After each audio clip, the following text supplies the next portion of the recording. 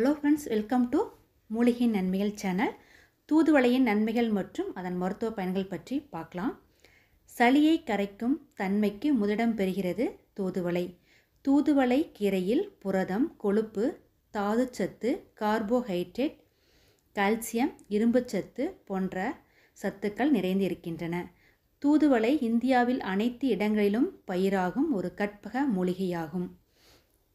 இதற்கு தூதுவளை, சிங்கவல்லி, தூதுவளம், அலர்க்கம் என்று பல பெயர்கள் உண்டு. இதன் இலை, பூ, காய், வேர் அனைத்தும் மருத்துவ பயன்கள் கொண்டது. தூதுவளை இலையை பறித்து நன்கு சுத்தம் செய்து அதனுடன் மிளகு, சின்ன வெங்காயம், பூண்டு சேர்த்து நன்கு வதக்கி துவையல் செய்து ஒரு மண்டலம் சாப்பிட்டு வந்தால் உடலுக்கு வலு கொடுப்பதுடன் இருமல், இரைப்பு, சளி முதலியவை நீங்கும்.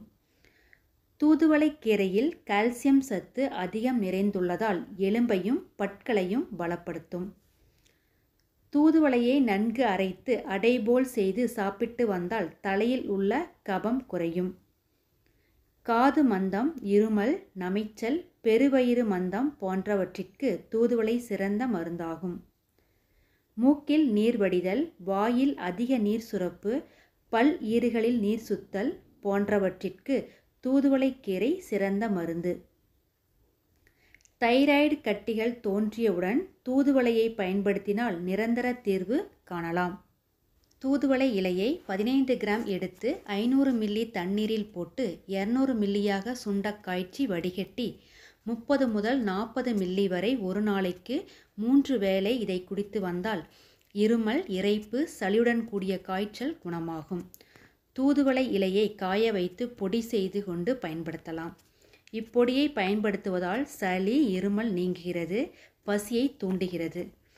தூதுவளை இலை பொடியை ஆஸ்துமா நோயாளிகள் தொடர்ந்து பயன்படுத்தலாம்.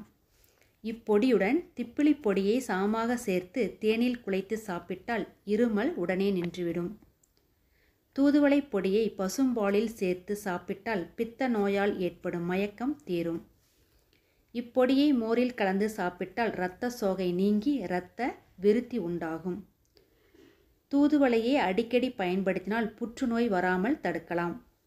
தொண்டை புற்று, கருப்பை புற்று, வாய்ப்புற்று ஆகியவற்றிற்கு நல்ல பலன் கொடுக்கிறது. தொண்டையில் சதை, டான்சில்ஸ் என்னும் பிரச்சனை கொண்டிருப்பவர்கள் இதை ஆரம்ப கட்டத்தில் கண்டறிந்தால் எளிதில் குணப்படுத்தலாம். தூதுவளையை பயன்படுத்துவதால் மூளை நரம்புகள் வலுவடையும். இது மூளையில் இருக்கும் செல்களை தூண்டி நினைவாற்றலை பெருக உதவியாக இருக்கிறது. தேள், பூரான், தேனீ, விஷ வண்டுகள் போன்றவை கடித்தால் உடனே தூதுவளை பொடியை தண்ணீரில் கலந்து சாப்பிட்டால் மேற்கூறிய விஷ சந்துக்களின் கடியில் உடலில் பரவும் அவற்றின் விஷம் முறியும். நீரிழிவு ஏற்படும் சர்க்கரை வியாதிக்கு சிறந்த மருந்தாக தூதுவளை இருக்கிறது.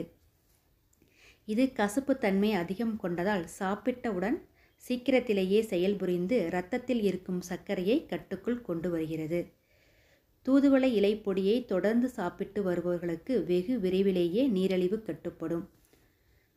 தூதுவளையில் கால்சியம், இரும்பு சத்து அதிகம். எனவே தூதுவளையை ரசம் போல் செய்து சாப்பிட்டு வந்தால் எலும்புகள் வலுப்பெறும், மூட்டு தேய்மானம் வராது. இது நல்ல செரிமானத்தை அளிக்கக்கூடியது. எனவே அஜீரண கோளாறுகள் உள்ளவர்கள் அடிக்கடி தூதுவளையை உணவில் சேர்த்திக்கொள்வது நல்லது. மூச்சு பாதையில் இருக்கும் தொற்றுக்களை அழித்து சுவாசப்பாதையை சீராக்க தூதுவளை பயன்படுகிறது.